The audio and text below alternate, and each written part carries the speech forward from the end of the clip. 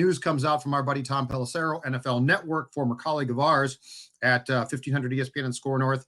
Mike Zimmer, multi-year contract extension is being finalized by the Vikings. Our old buddy Collar, I saw, tweeted out that it sounds like it's probably a 3-year deal. Let me say this.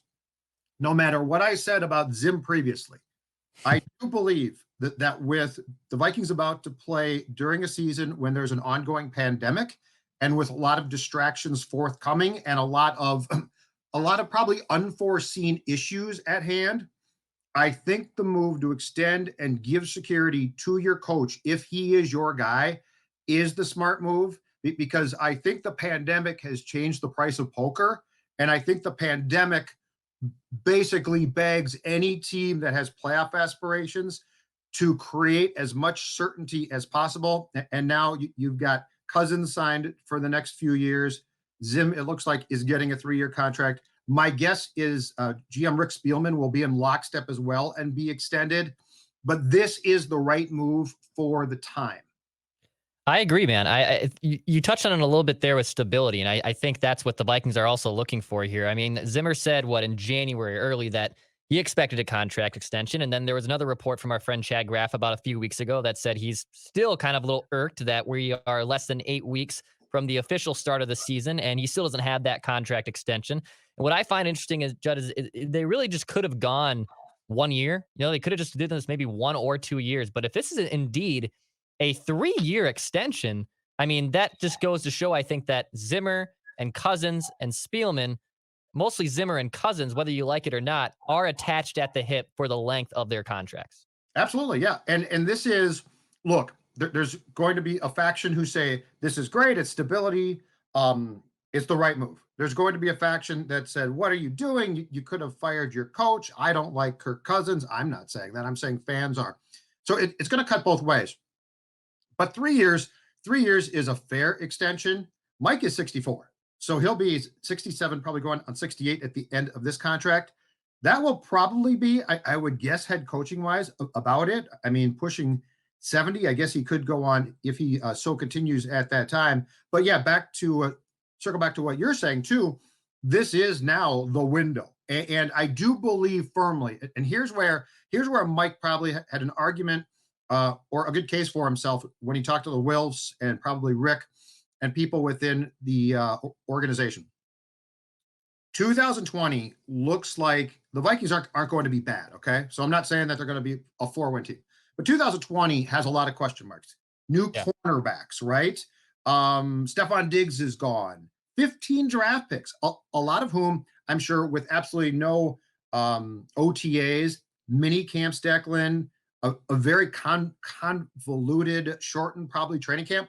15 draft picks who are probably going to, a lot of them, make this roster. All of that being said, I think if you're Mike, your case is, you're really going to bring me back and judge me on 2020? That's not fair. 2021, though, the price of poker changes there a little bit because expectations go up. 2022, for sure. The one thing, to your point, that's very interesting about this is the Cousins aspect, because the one guy who's going to be here probably for essentially the duration of time, or most of it that Mike is here, is going to be Kirk. But I think Mike probably made a very good case for himself, saying, if we're going to do this, I need 3 years, because 2020 could win 8 games, could win 10 games, but it's got to be considered somewhat of a transition year. And again, to go back to the pandemic, you've lost everything, right? Yeah. No OTAs, mini camp out, I'm sorry, but give me a break. Virtual off-season program, what is that? I sit in front of a computer and I learn your playbook? That's garbage. Like, there's no on-field time here. Training camp's going to be a complete mess. At this point, it looks like 0 preseason games. Mike's a smart dude. And Mike could single-handedly say, I am known for developing cornerbacks, right? Like, I developed Rhodes. I've developed a lot of good guys. I am a cornerback, defensive back whisperer. And I can tell you this right now, Ziggy and Mark and Rick and Rob, I can tell you this, that if I don't have a preseason game in which to play these young corners, and I'm going to plug them in week 1, and that could be against the Packers at US Bank Stadium. I don't know when week 1 is going to be. But if I'm going to have to plug in corners who, for the most part, have not played, and you're expecting me to make them be good against a litany of really good quarterbacks. That ain't happening. So I think Mike does have a very good case. If I'm your guy, give me that stability. If I'm not your guy, that's fine too. But then let's end this. But if I am your guy, give me the stability to develop things I can develop, but those things take time. And also, we always, especially a lot of football fans, love to talk about well how meaningless the preseason is. Yeah, it's a little bit too long. What's the point and all this? And the difficulty is now if there indeed is no preseason game, which is looking like that's what we're trending towards, that means, basically, even though a lot of these guys in the Vikings roster, I think are set, like I don't look at it a lot as there's going to be a lot of camp casualties, but there is going to be some because of this pandemic and because of the limited training camp and no preseason games and all that kind of stuff. So Mhm. this is difficult, and we're going to see how good of a coach Mike Zimmer is. And I'm under the belief at this point, if you have no preseason games, you go into week 1 against Green Bay, and then you just basically not run the table, but you're a 10-6, 11-5 team, which I think would probably be very lofty expectations at this point for the Vikings, even with how much I do believe in Mike Zimmer. That if he's able to prove that, then that means that 3-year contract extension was a genius move, because he's going to be able to show you that I was able to develop guys and basically rework this entire defense in the biggest global pandemic that not just hit the world, but also sports. So Sure. I'm very curious to see how it works out. But if I'm Zimmer, I feel just definitely a lot better about my job security now that I know I at least have a 3-year contract extension after this season. Yeah, and I think Mike probably had a pretty good case to say, if I win 8 games in 2020, don't complain too much, right? Now, Yeah. the thing he also has too is he is now, and he got the job in 2014. He is now the third winningest coach in Vikings history. Okay, so Yeah. I know the playoffs have not been great, but as far as his success, he has a pretty good case to go and say, I've done a lot of good things here. And the one thing, and for those of us who have seen the Vikings play for a long time, the one thing that I will say is from the moment Mike got here and has teamed with Rick, this thing, which previously at times, Dex, was definitely a gong show. Like, I mean, we saw Yeah. some real gong show stuff. From 2014 on, they have brought a stability and a professional approach to things that the Vikings really consistently hadn't had for years. And that's got to say something. And I know, with Mike, there's definitely a case to be made that that type of act can wear thin, and that there is Mhm. a shelf life on a coach like that. He's high pressure, and all those things are potentially true. But I think there's cases on both sides to be made. And the one thing that Rick and Mike have going for them is they could definitely go into the Wilfs and say, look at what we've done. I mean, look at what you put up with previously, back to the Love Boat, back to guys being in trouble. And it's not that guys don't get in trouble now. They do sometimes, but it's not expected. It's not like a frequent thing.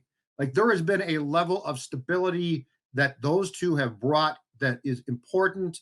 And I do think it speaks for something of a culture that, if you're the Vikings, you probably are a little bit leery of, if we make a change and this culture shifts and changes in a negative direction, you went a long ways to get towards where Mike and Rick have probably gotten this team, just from a level of being professional.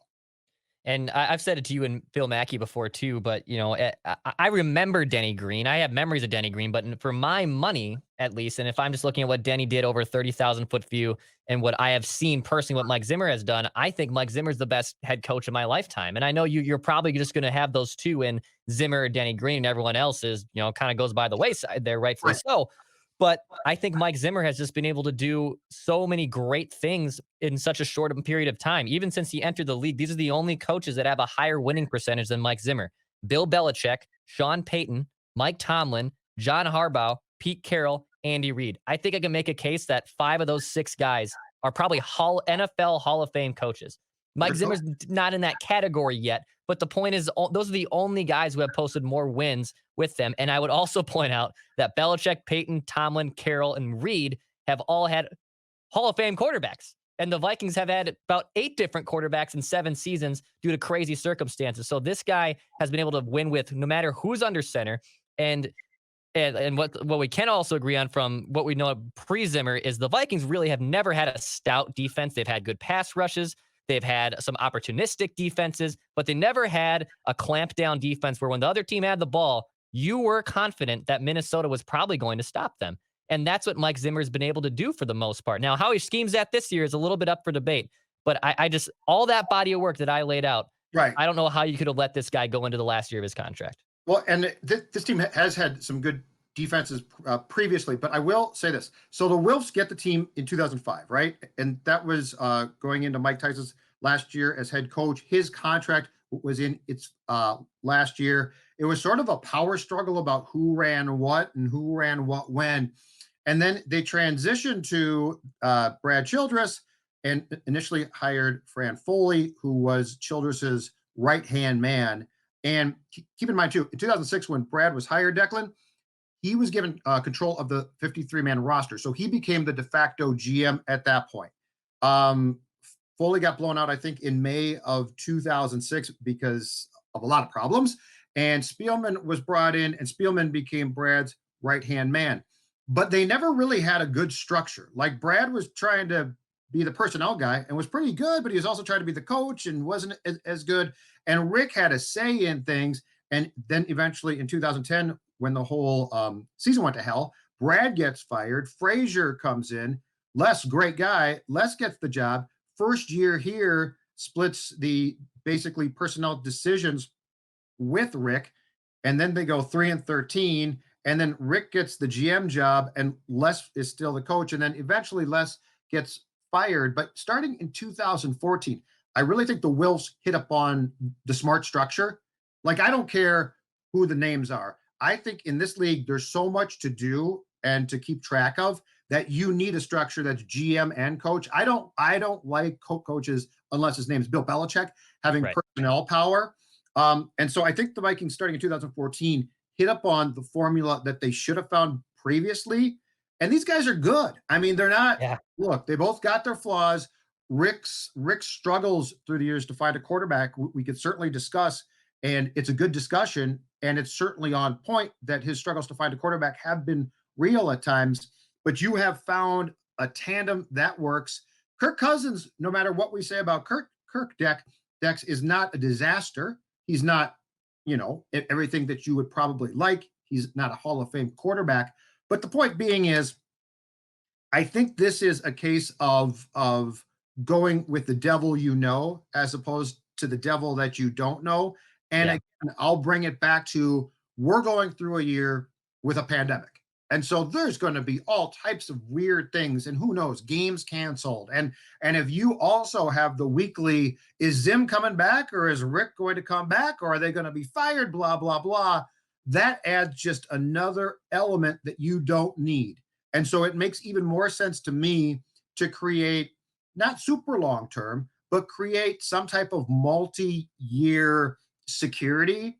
And look, in 3 years, if it blows up, and it might, that's fine. But I do think the formula that the Wilfs have hit upon and have used since 2014 is the right one. And so abandoning that now, or the people, probably seemed to them to not be a great move. And I'd be inclined to agree that this was not the right time to create uncertainty.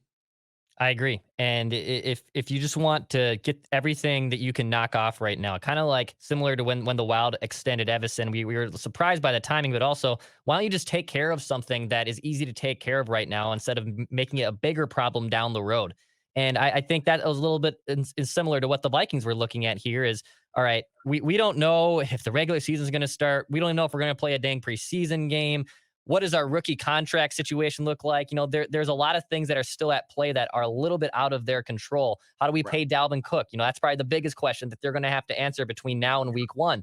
So you control the things that you can control. And that number one thing was extending Mike Zimmer. And for me, I think it was the right move. So we're recording this emergency podcast at 3:14 on Wednesday afternoon, Declan. And my guess is that it's going to come out at some point in time very soon here that Spielman is going to be extended to, or has been. And I really do think that if there was a question about Rick, I think that got answered in the Wilf's mind probably during the draft. I mean, you get 15 players. I like the thought process too. As far as we could tell from around the league, Spielman's draft was absolutely by almost everybody praised. So I would expect here in the next few hours, or certainly at the latest the next day, it's going to come out soon that Spielman and Mike probably have both been given 3-year extensions. And Rick, look, you can quibble with Rick. Again, the quarterback thing comes back and bugs me at times. But the fact is that Zimmer, Spielman, and Brzezinski, their salary cap guru, Rob, have done a really solid job. And I just can't, the thing I can't emphasize enough is if you are a Viking fan in the last 5 or 6 years and you're like, well, I mean, but the playoffs, we haven't done that great in the playoffs. I take you back, go study 2000, whatever, 5, 6, 11. Go back and understand the uncertainty and sometimes the head scratching ways of this Vikings team not that long ago. And I think you can see why the Wilfs are probably saying, we got a decent thing here. It's probably not the right time to bail on that.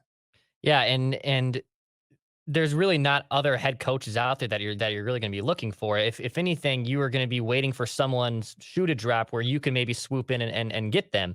And I just don't look, unless there was a drastic, shocking change in the NFL. I just don't see anyone who's that sexier that you could plug in on the Vikings that would make them a better team in 2021, Sean not even McVay. 2020, Sean than McVay. Vikings. Yeah, unless the Rams and Jared Let the Goff Rams really blow them ruin out. You things. get, hey, Zim, thanks a lot for your service. Here's 2 years of pay. You're gone.